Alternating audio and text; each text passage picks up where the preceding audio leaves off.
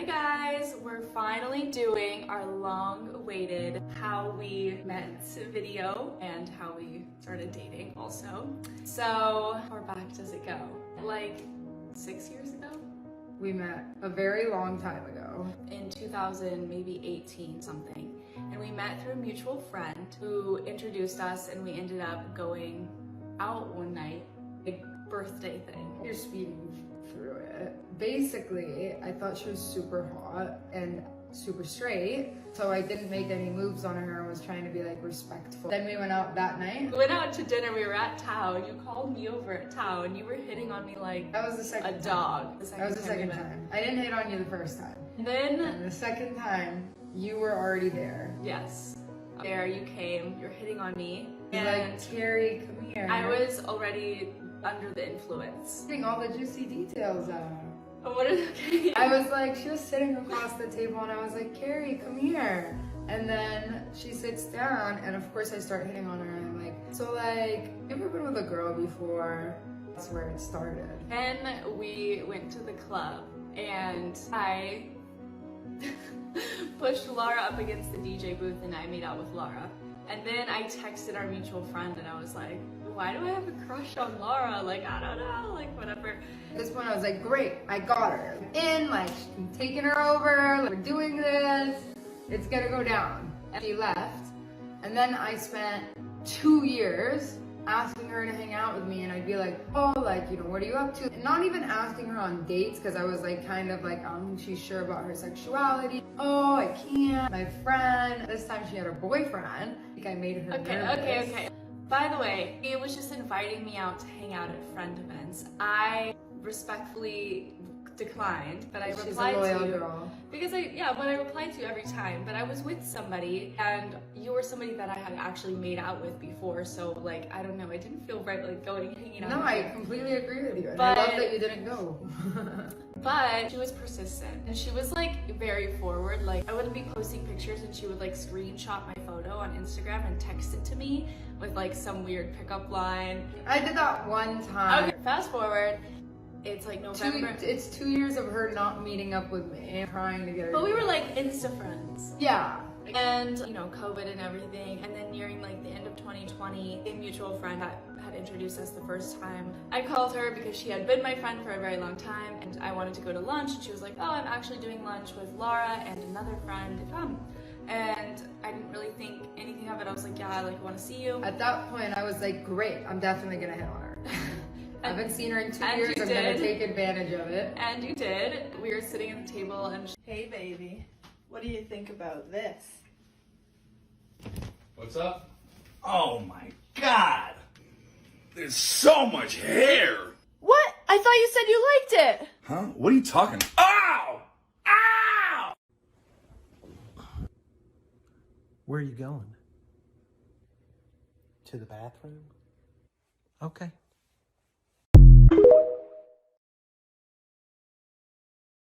When you stop and think about it, soulmates come in the form of friends too. It's not just about romance.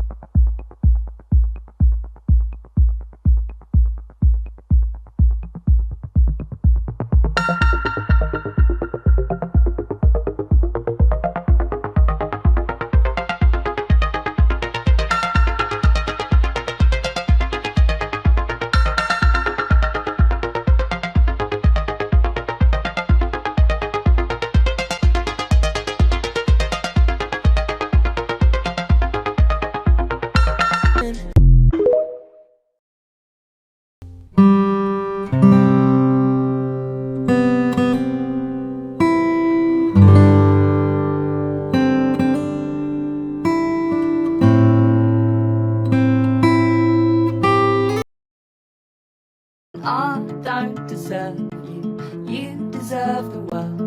Though it feels like we were built from the same. You better bring your ass over and better bitch. Put them thongs down, scream no baloney. Put them thongs down, scream no baloney. Are you single? I am, yeah. Yeah? Yeah. Happily? No, I'm looking for a femme. A femme? Yeah, are you a femme? I don't know, maybe. I'm not a lesbian, but I might. Could be. Do you know what? You're not the first person to suggest that I might have a bit of gay in me, to be honest. Best person, though. Mate, you got more chat than a straight man, I swear. What can I say? Let's get married, let's go. No, I don't want to get married, I'm commitment phobic, mate. I've got trust issues as well, I was just having a go. Tell me a red flag about you. The one that you're holding up for me to take you home. This isn't fucking take me out, mate. Do you know what I mean? I thought it was take you home. Listen, I'm trying to do a very serious interview. Sorry, here. let's be serious, right, okay. Let's be serious. What do you do for a living? No, sorry, right. I am asking the questions. Sorry, all right. Have you ever faked an O? Oh, yeah. With you? Right, we're cutting this. In fact, you've made me more straighter. Really? Yeah. You've hurt me. I'm going to regret this so much. No, you'll be fine. Thank you, I am fine. Oh, slimy kiss.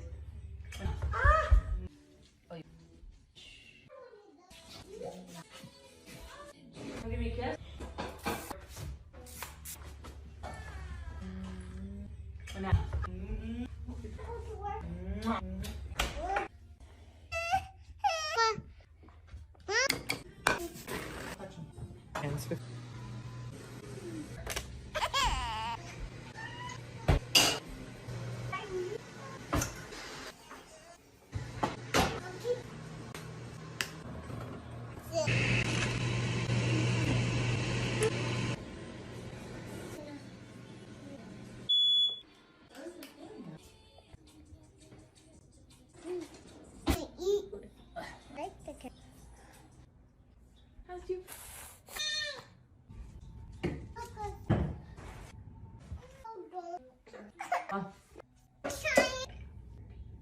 First.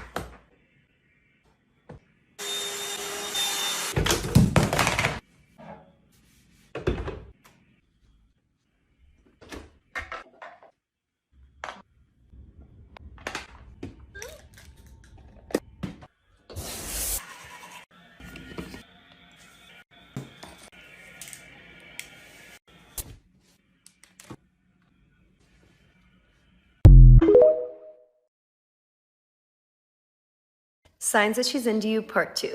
For the gays, of course. She likes all of your Instagram stories. I feel like on social media, this is like the first move before the moves. And someone could totally be liking your Instagram stories because they're your friend and like that doesn't mean anything at all. But if it's someone that you don't know really well or someone that maybe you've met in person once or twice and they're liking all your stories, I don't know. I feel like that's like a little flirty to me. And I feel like that warrants like a DM on either sides. Next, you feel a little like thrill when you're chatting with them.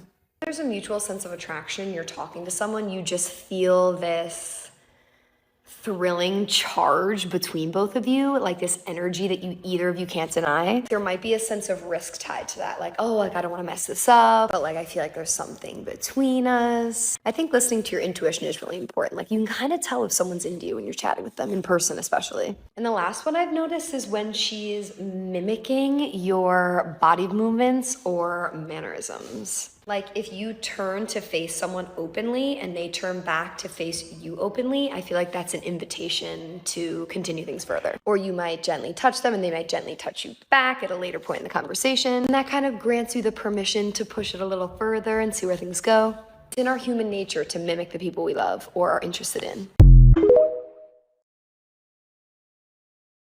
If you dance, I'll dance. And if you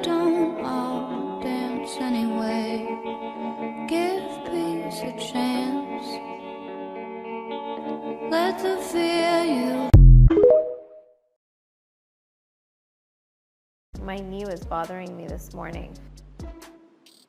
I have like a pinch almost like going like down here too. Not to start complaining, but I haven't slept well in 3 nights.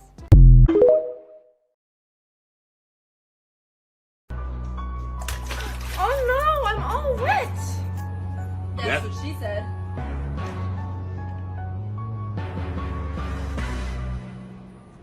I now dub thee the best carpenter in the freaking world! Okay. Hey guys. This is things in our relationship that just make sense. Just makes sense. This is just the way we work. Alright, you go first. Okay. One thing about us is that London is always going to drive. We don't look at my car. We don't get in my car. I maybe put gas in my car like once a month. London is the driver and I am the passenger princess. Okay. Okay, so Olivia just folds the laundry. It's always been that way. Even whenever like we were dating and I had my 1-bedroom apartment, she would fold my laundry. It just made sense. All right. London grocery shops. We don't know why London grocery shops, but she does it completely by herself. Comes back with the most random shit, but it works. She's the designated grocery shopper. It works. Okay, so this is the foundation of our relationship. I'm not even speaking of. Cheers.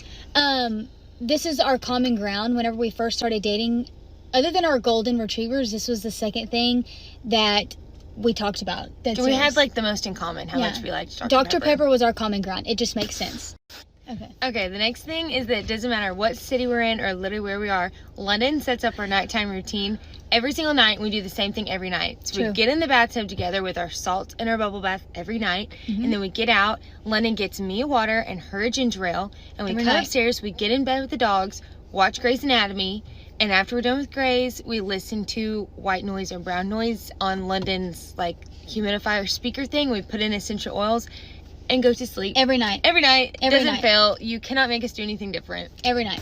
No, if we're in a hotel, I bring the machine with me. We're doing the whole thing. Point blank period. Okay, so Olivia knows the dates for everything. I don't know why, but she does. So personal calendar. She just knows the dates.